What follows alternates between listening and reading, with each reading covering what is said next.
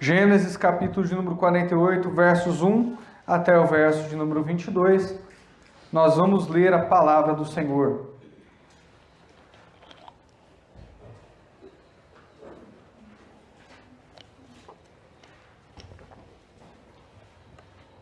Gênesis 48, 1 a 22, diz assim a palavra do Senhor. Depois dessas coisas, disseram a José: o teu pai está doente.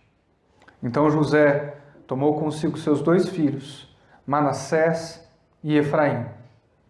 E alguém disse a Jacó: o teu filho José está vindo ao teu encontro. Então, esforçando-se, Israel sentou-se na cama. E Jacó disse a José: o Deus Todo-Poderoso me apareceu em luz, na terra de Canaã, e me abençoou. E me disse: eu te farei frutificar e crescer em número, farei de ti uma multidão de povos e darei essa terra à tua futura descendência como propriedade perpétua. Portanto, agora, os teus 2 filhos, que nasceram da terra do Egito, antes que eu viesse a ti no Egito, são meus. Efraim e Manassés serão meus, como Rubem e Simeão. Mas a prole que tiveres depois deles será tua, sob o nome de seus irmãos. Eles serão contados na tua herança. Quando eu vinha de Padã, para minha tristeza, Raquel morreu no caminho, na terra de Canaã, quando ainda faltava alguma distância para chegar a Efratá. Sepultei-a ali, no caminho que vai para Efratá, isto é, Belém. Quando Israel viu os filhos de José, perguntou: quem são esses? E José respondeu ao seu pai: eles são os meus filhos, que Deus me deu aqui. Israel então continuou: traga-os aqui e eu os abençoarei. Os olhos de Israel estavam fracos por causa da velhice, de modo que ele já não podia enxergar direito. José aproximou-os dele, e ele os beijou e os abraçou. Israel disse a José: eu não esperava ver o teu rosto, e Deus me fez ver também a tua descendência. Então José os tirou de sobre os joelhos de seu pai, e inclinou-se até o chão diante dele. Então José levou os 2, Efraim com a mão direita, à esquerda de Israel, e Manassés com a mão esquerda, à direita de Israel. E os aproximou dele. Mas Israel, de propósito, estendeu a mão direita, colocando-a sobre a cabeça de Efraim, que era o mais novo, e a esquerda sobre a cabeça de Manassés, embora fosse o primogênito. E abençoou José, dizendo: o Deus em cuja presença andaram os meus pais, Abraão e Isaque, o Deus que tem sido meu pastor durante toda a minha vida até esse dia, o anjo que me tem livrado de todo mal, abençoe esses rapazes, e o meu nome seja chamado neles, e o nome de meus pais, Abraão e Isaque, multipliquem-se muito no meio da terra. Ao ver que seu pai colocara a mão direita sobre a cabeça de Efraim, José desagradou-se. Então levantou a mão de seu pai para mudá-la da cabeça de Efraim para a cabeça de Manassés. E José disse ao seu pai: assim não, meu pai, porque esse é o primogênito. Põe a mão direita sobre a cabeça dele. Mas seu pai recusou-se e disse: eu sei, meu filho, eu sei.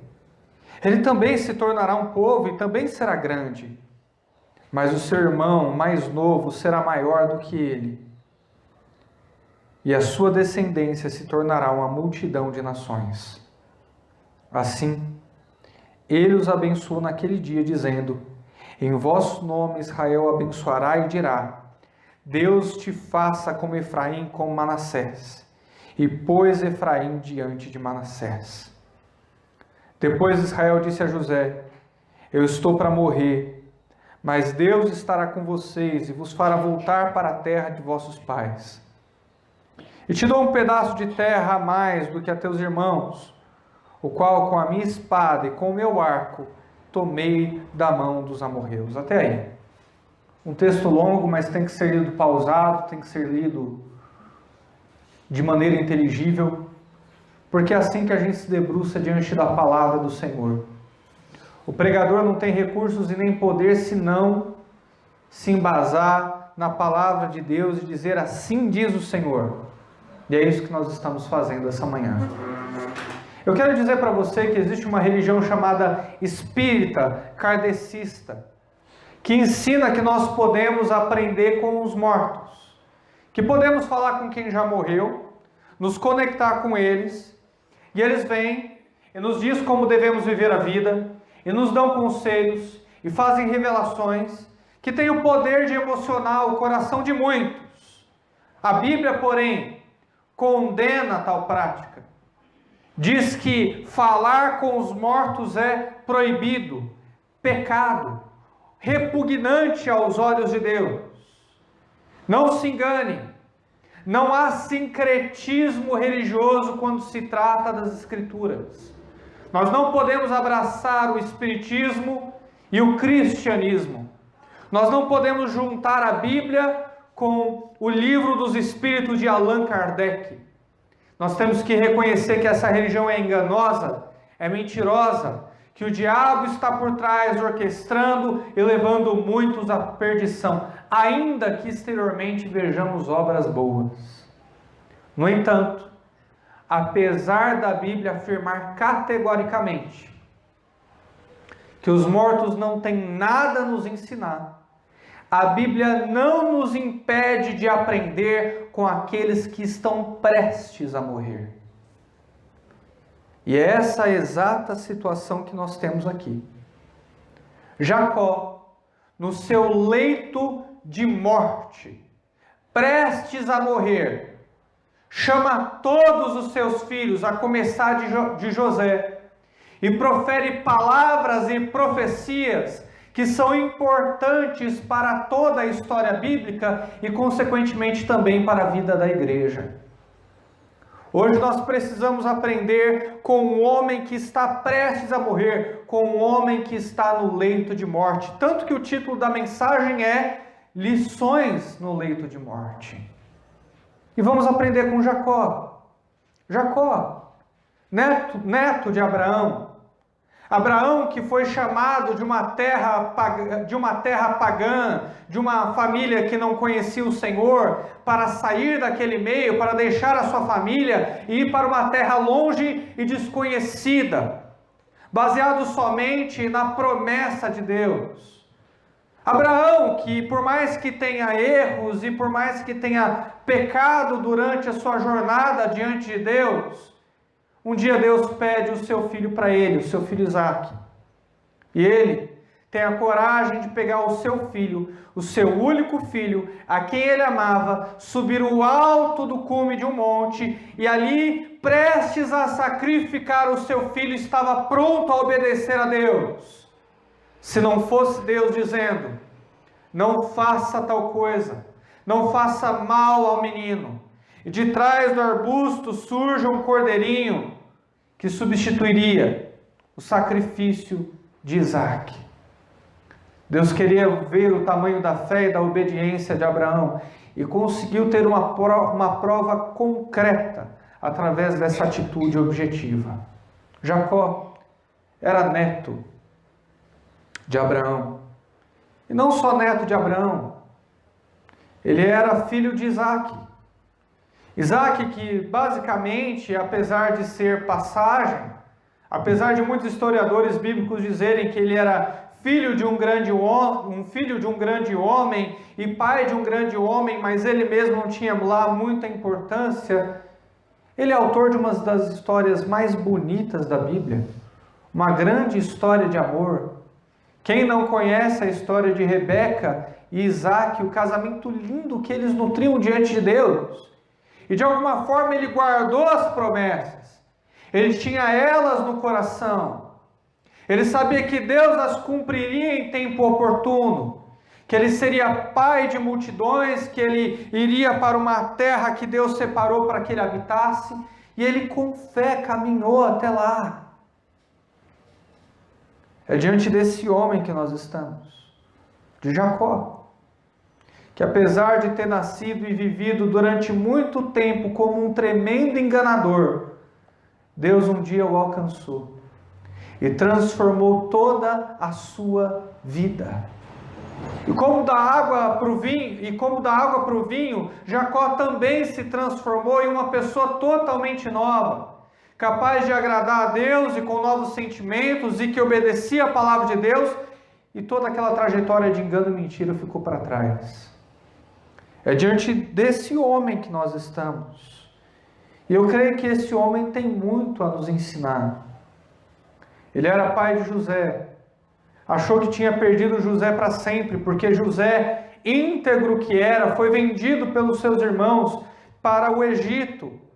E nesse ponto da história, nós já estamos no final de Gênesis, onde Jacó tem a oportunidade de se despedir do seu filho, de olhar nos olhos dele, e abençoar os netos, abençoar os filhos de José, Efraim e Manassés. José mesmo não representa nenhuma tribo como seus irmãos representavam, mas de José saiu 2 tribos, se dividiu em 2. A bênção que era de José passou para os seus 2 filhos, e essas tribos foram dominantes, importantes e necessárias para orquestrar o plano de Deus para a salvação. Olha o que diz o verso de número 5. Jacó já velho manda chamar José no seu leito de morte, aquela cena toma conta da casa, e o verso 5 diz: portanto agora os teus 2 filhos, que nasceram na terra do Egito, antes que eu viesse a ti no Egito, são meus, Efraim e Manassés, e serão meus, como Rubem e Simeão. Jacó estava transferindo a sua paternidade para os seus 2 netos.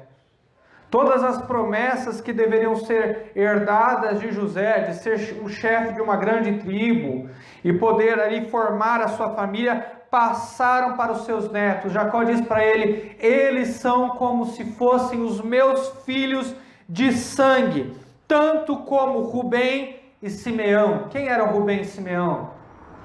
Os 2 filhos mais velhos de Jacó.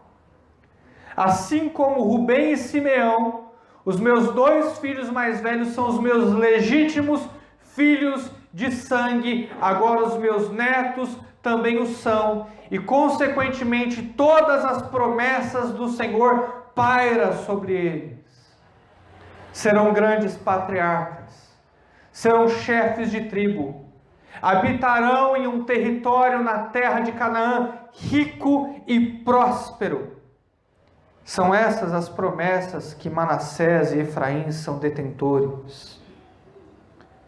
Agora, os demais filhos que você tiver, esses são seus. Esses são seus. Mas esses 2 representativamente são meus. E agora nós vemos a primeira lição que esse patriarca nos deixa no seu leito de morte. A primeira lição é que a vida cristã é cheia de perdas. Verso de número 7.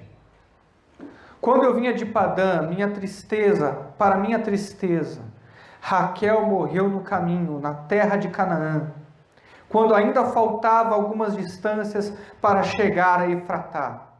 Eu sepultei ali no caminho que vai para Efratá, isso é Belém. Eu quero dizer para você essa manhã, que a vida cristã, a jornada de fé, é feita de perdas. A gente perde pessoas prematuramente, como Jacó perdeu a sua amada Raquel. Isso é normal, isso acontece. A vida cristã não está blindada ao sofrimento. Antes, a vida cristã abraça o sofrimento. Porque só quem é verdadeiramente cristão consegue encarar o sofrimento. Jacó sabia isso melhor do que ninguém. Porque até ter um encontro com Deus, até Deus regenerá-lo, até Deus tocá-lo, Jacó fugia do seu sofrimento. Jacó fugia do seu irmão, Jacó fugia do seu sogro, Jacó enganava todos e era obrigado a fugir, a não encarar a sua dor, a não encarar quem era, a não encarar o seu sofrimento. Mas a partir do momento que Deus o tocou, ele precisou encarar os seus sofrimentos e as lutas da vida. Para você que está aqui essa manhã, não há fórmula para que o sofrimento não te alcance. Ele, vez por outra, vai te alcançar. Mas o cristão, ele aprende a lidar com o sofrimento. Ele consegue enxergar o propósito de Deus. Ele consegue ver flores brotando em meio ao asfalto, onde não tem vida. E tudo isso é gerado para o seu sofrimento, não é para o seu crescimento. Não é que Deus, de alguma forma, vai fazer você sofrer para você poder crescer. Mas Deus vai permitir com que o sofrimento bata a sua porta, para que você possa se santificar e se parecer mais com Cristo Jesus. Nós temos que aprender no leito de morte. O leito é testemunha de que a vida cristã é cheia de sofrimentos. O que a gente percebe, o que a gente aprende aqui no leito de morte? José pergunta: quem são esses, meu filho? Jacó pergunta: quem são esses, meu filho? José responde: são Efraim e Manassés, os seus netos, são os meus filhos. E a gente percebe que a vida cristã é feita de ciclos que terminam. Um ciclo estava terminando. A vida de Jacó, a vida de Israel, que são a mesma pessoa, estava por um fio. Um ciclo estava se fechando. Um ciclo estava terminando. Ciclos terminam na vida cristã. Esteja preparado para eles. Esteja preparado para reconhecê-los. Verso de número 10 diz: os olhos de Israel estavam fracos por causa da velhice, de modo que ele já não podia enxergar direito. José aproximou-os dele, e ele os beijou e os abraçou. A minha pergunta para você: você já viu essa cena antes? O livro de Gênesis, ele é um livro cheio de déjà vu. Déjà vu é um termo em francês que quer dizer já vi isso antes. E nós já vimos essa cena antes. Ela aconteceu com o próprio Jacó. Mas Jacó não estava desse lado, no leito de morte, abençoando. Quem estava desse lado era o seu pai Isaque. Jacó estava do outro lado, se passando por seu irmão Esaú, vestindo uma roupa especial para que o seu pai não o reconhecesse e pensasse que se tratava do filho mais velho. O mundo dá voltas, não, irmãos? O mundo dá voltas. Um dia Jacó estava pedindo a bênção. No outro dia, Jacó estava abençoando. E um dia, o seu ciclo estava começando. Muita coisa mudou na vida de Jacó a partir dali. E agora, o seu ciclo estava terminando. É como diz uma música secular que tem por aí: a vida é trem-bala, parceiro. É o que o livro de Provérbios diz. O que é a vida do homem, senão a erva que hoje existe e amanhã é lançada fora? É a mesma metáfora. Quer dizer que a vida passa rápido. Quer dizer que a vida passa como um raio. E é por isso que a gente precisa começar e terminar bem os nossos ciclos de vida. E precisa olhar na vida desse homem que hoje está no leito de morte, como começar e terminar bem os ciclos que a vida nos traz. Diferente de Jacó, José tratou seu pai com respeito e não mentiu diante dele nenhuma vez. A gente vai observar mais para frente que José queria que a bênção estivesse sobre a vida do filho mais velho, Manassés, mas ele não mente, ele é íntegro. Foi íntegro quando foi para o Egito e foi tentado de todas as maneiras e provado em todas as situações, e é íntegro agora que está diante do Pai em seu leito de morte. Aprenda a começar e a terminar bem os ciclos da sua vida.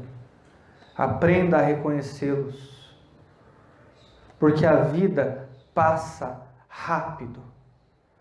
E nem sempre dá tempo de se reconciliar com aquele que você feriu. Eu tenho uma amiga que falou ontem em um grupo de família lá da instituição que eu trabalho. Eu dei uma enxadada na cabeça do meu pai. E não deu tempo de pedir perdão para ele. Ele morreu antes. Que não seja você. Que não seja você. Aquilo que você plantar, você vai colher. Mas José continua. Aproxima os 2 filhos dele. Israel disse a José: eu não esperava ver o teu rosto, e Deus me fez ver também a tua descendência. É o que diz o verso de número 11.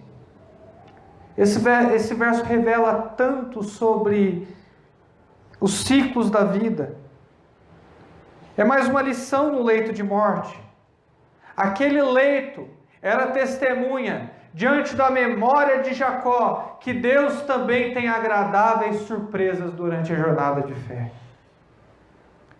Jacó passou uma vida inteira acreditando que o filho que mais amava havia morrido, deixado de existir, devorado por uma fera qualquer.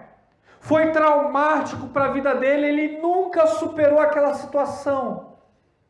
E de repente, sem mais nem menos, chega a notícia de que o seu filho estava vivo, de que seu filho estava bem, e que Deus transformou toda aquela situação catastrófica, de perda, de abandono, de ter sido levado para uma terra distante, para o bem de José e para o bem de toda a sua descendência, cumprido de maneira soberana a promessa de Deus de manter aquela família bem, saudável, forte por gerações.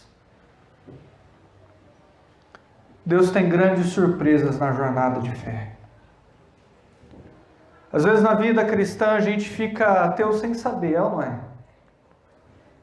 A gente vai vivendo a vida cristã e vai falando: eu tenho fé em Deus, eu tenho fé em Cristo, eu creio que Deus é bom.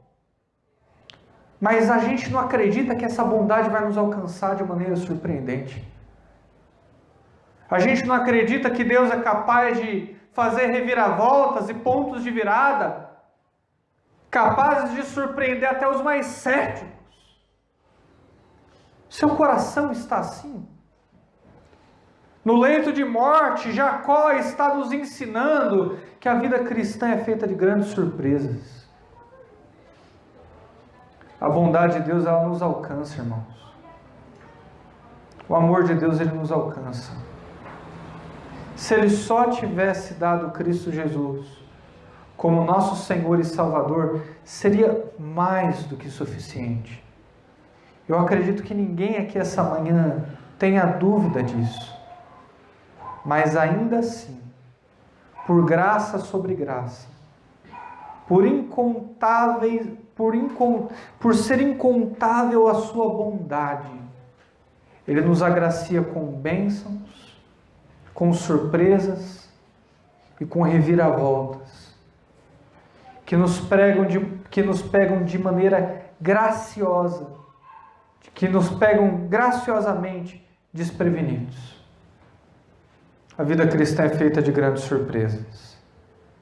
Quantas pessoas não acreditam que os seus filhos estão desaparecidos e perdidos, e um dia chega a notícia de que estão mortos?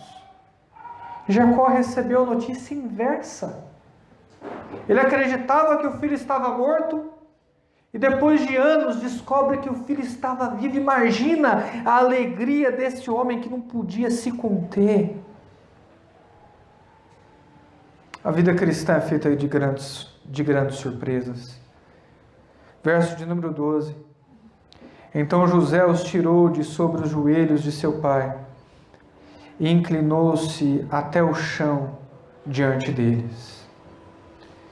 Verso 13. Então José levou os dois, Efraim com a mão direita, à esquerda de Israel. Observe que Efraim estava à direita, à esquerda de Israel. E Manassés com a mão esquerda estava à direita de Israel e aproximou-os dele. Para abençoar a vida dos netos, Jacó não fez assim nessa posição. Ele fez assim. É isso que esse texto está nos dizendo.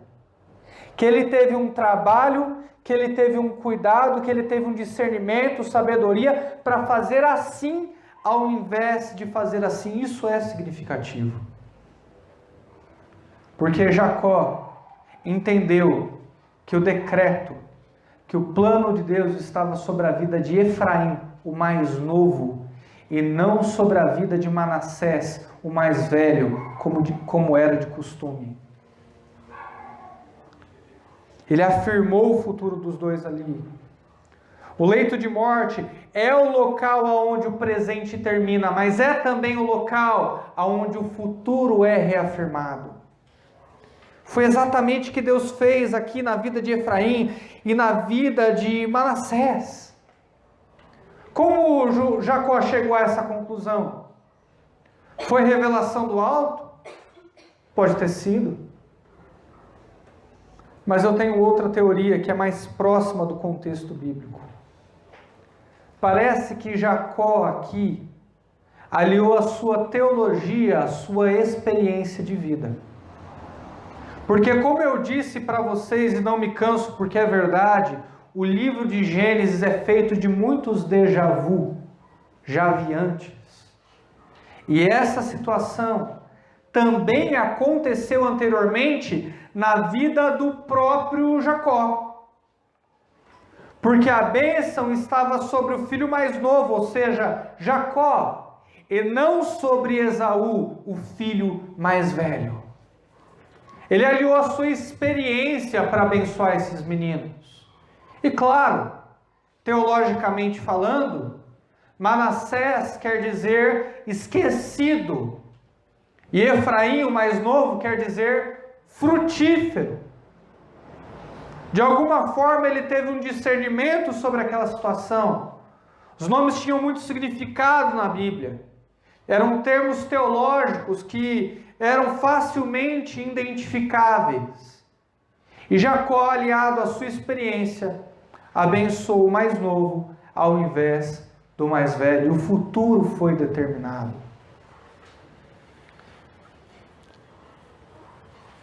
O leito, irmãos, o leito de morte é o local onde a gente compartilha a nossa teologia aliada à nossa experiência. Eu sei que nós que viemos da neopentecostal, da pentecostal, nós temos até arrepio de ouvir a palavra experiência. A gente não gosta. E eu entendo o teu medo, eu entendo o teu temor. Mas é inegável que a nossa teologia nos leva a um relacionamento com Deus, que é feito de diversas experiências com Deus. Isaac teve as suas experiências. Abraão teve as suas experiências. Jacó teve as suas experiências e você tem as suas. De uma forma estranha, não é possível fazer teologia sem que isso tenha reverberação, sem que isso tenha uma consequência na sua experiência, na sua vivência com Deus. O leito é o local onde o cristão transmite a sabedoria das palavras e não a crise de uma vida desperdiçada. E não há como transmitir sabedoria nas palavras se você não viveu aquilo que você prega. todos vocês têm a oportunidade de, assim que esse culto terminar, praticar aquilo que você ouviu aqui. O livro de Tiago diz: não sejais apenas ouvintes da palavra, sejam também, é bom ouvir a palavra, mas praticantes da palavra. Nós precisamos urgentemente aliar a nossa teologia à nossa experiência. A gente não pode separar as coisas. Senão, de repente, a gente está vivendo um cristianismo nominal, entende? Uma coisa que não é real para Deus, não é real para as pessoas, não pode nem ser real para a gente, porque a gente acaba não vivendo. Se Jacó tinha alguma virtude que levou para si no leito de morte, isso é comprovado à medida que abençoou seus netos, é que ele conseguiu aliar a teologia à sua prática de vida, mostrando que ciclos terminou com a morte de Jacó, mas ciclos também continuaram com a vida dos netos Efraim e Manassés. O ciclo continua. E o que ele diz? Verso de número 14. Como esse ciclo continuou? Israel de propósito estendeu a mão direita, colocando sobre a cabeça de Efraim. Lembra que ele fez assim? Ele sabia muito bem o que estava fazendo. Não estava gagá, não estava senil, não. Ele tinha discernimento e sabedoria vinda do alto, que era o mais novo. E a esquerda sobre a cabeça de Manassés, embora fosse o primogênito, embora culturalmente tivesse que ser ele o patrono das bênçãos de Deus. E abençoou Jacó dizendo o que? Seja próspero, eu determino, vai ter casa na praia. Não é nada disso. O que ele disse? O Deus em cuja presença andaram os meus pais, Abraão e Isaque, o Deus que tem sido meu pastor durante a minha vida até esse dia. Era de berço. Não era uma teologia que não tinha implicações práticas. Era uma teologia que Abraão viveu. Era uma teologia que Isaque viveu diante de Deus. E era uma teologia que Jacó, mais tarde, tendo encontro com Deus, também viveu. E ganhou um novo nome vindo de Deus, chamado Israel. O Deus que tem sido meu pastor até o dia de hoje. E o anjo que tem me livrado de todo mal. Não é um dos anjos, não é um anjo, é o anjo. Mostrando que esse anjo tinha nome. Mostrando que esse anjo era uma pessoa só. O mesmo anjo que apareceu para ele diversas vezes e que o tocou ali no Vale do Jaboque. O anjo que me tem livrado de todo mal, Jesus Cristo. É o anjo do Senhor. Abençoe esses rapazes, e o meu nome seja chamado deles, e o nome de meus pais, Abraão e Isaque. E multipliquem-se muito no meio da terra. Percebeu que a bênção material veio no final? E que vocês se multipliquem sobre a terra. Só tem essa frase lá no finalzinho. Mas tem toda uma cadência aí que precisa ser respeitada. O meu Deus, o Deus de Abraão, o Deus de Isaque, o Deus que tem andado comigo e sido meu pastor até o dia de hoje, guarde vocês do mal, ande com vocês. Quantas lições nós temos aprendido no leito de morte? Que o mais importante é o espiritual. Que o mais importante é transmitir legado. Não importa se você tem filhos ou não. Todos fomos chamados para fazer discípulos. Todos fomos chamados para fazer a diferença na vida de alguém. Pode ser que você esteja acomodado, pode ser que você esteja bem na sua zona de conforto. É um clichê, mas enfim, cabe bem. Mas a verdade é que todos fomos chamados para fazer discípulos e para transmitir legado. Há uma semana atrás eu visitei uma igreja presbiteriana no interior de São Paulo. E eu chorava muito, e a minha esposa: você está bem, Ivan? Você está bem? Estou bem, estou bem. Por que você está chorando? Eu estou intercedendo pela vida do Ian. Eu tenho um filho de 1 ano e 3 meses. Estou intercedendo para que Deus o conheça. Eu abro mão de que ele seja um grande empresário. Eu abro mão de que ele não passe um concurso público. Eu gostaria que tivesse os dois, mas se eu tivesse que escolher um, eu abro mão, Senhor, até da saúde dele, se for o caso. Mas não faça com que ele não te conheça. Se apresente para a vida do Ian, Senhor. Se revele a ele. E que as minhas mãos colaborem com o teu decreto para tornar isso possível. Aqueles que transmitem legado não podem fraquejar. Aqueles que têm bênçãos espirituais no seu testamento não podem vacilar, não têm esse direito. Nós fomos formados e forjados por Deus para transmitir o nosso legado espiritual. E é exatamente isso que Jacó está fazendo no seu leito de morte. O leito é testemunha.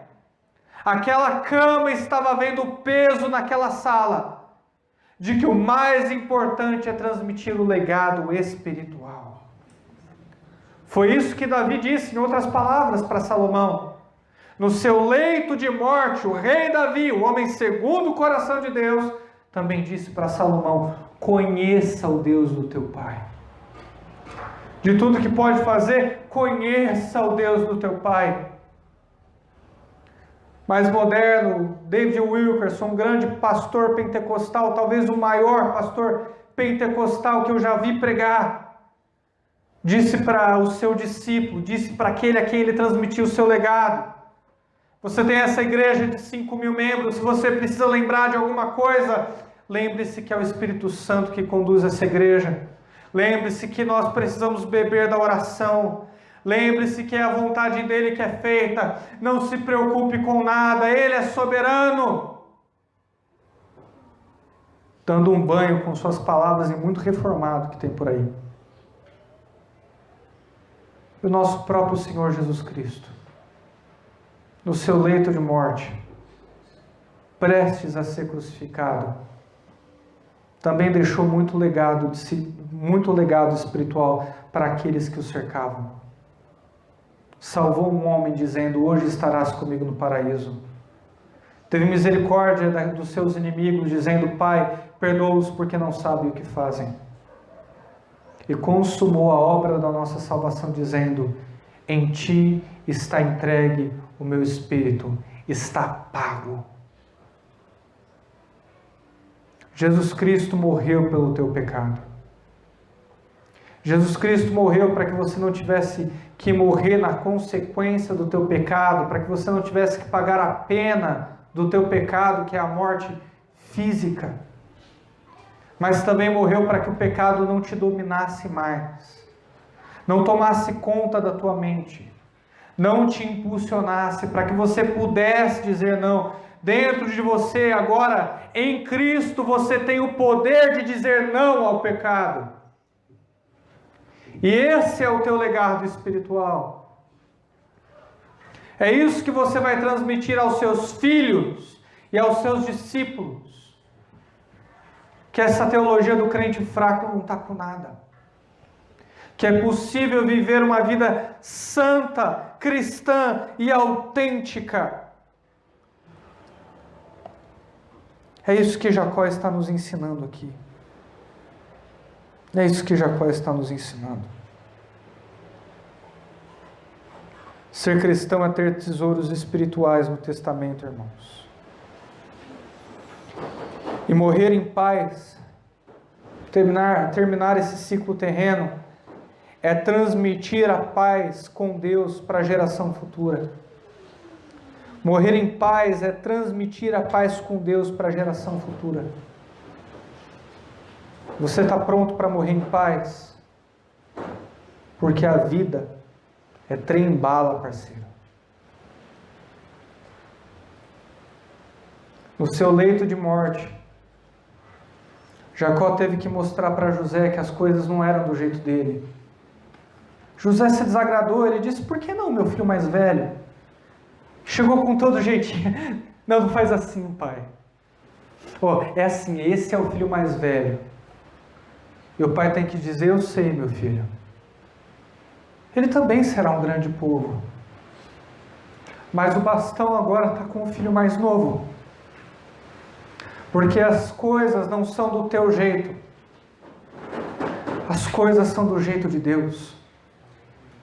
As coisas são segundo o decreto dele. E não adianta você dar opinião. Porque agindo Deus, quem impedirá? O leito desse homem é testemunha de que a vida cristã é feita de tristezas, é feita de gratas surpresas, é feita de uma teologia aliada à nossa experiência, o que tem consequência na nossa experiência, se você assim quiser. Esse homem no leito de morte nos ensinou que as coisas não são do nosso jeito, são do jeito de Deus. E esse homem no leito de morte está nos ensinando que as coisas não acabam na gente, que as coisas não terminam na gente. Grandes homens de Deus morreram durante a história da igreja. E hoje nós estamos aqui. Quem vai carregar o bastão da espiritualidade? Quem vai carregar o bastão da piedade? Quem vai se levantar com coragem, como todos esses homens e mulheres se levantaram e dizer: eu vou servir ao Senhor? E quem, de maneira graciosa, vai passar esse bastão para a geração futura? Que seja você, porque Deus escolheu você. Na boca de Jacó, a morte era a mais bela canção, porque ela embalava o ritmo de vida da próxima geração. E é isso que você tem que fazer quando transmitir o seu legado espiritual. Transmitir o ritmo que vai embalar a vida da próxima geração. Levante-se, fique de pé, vamos orar.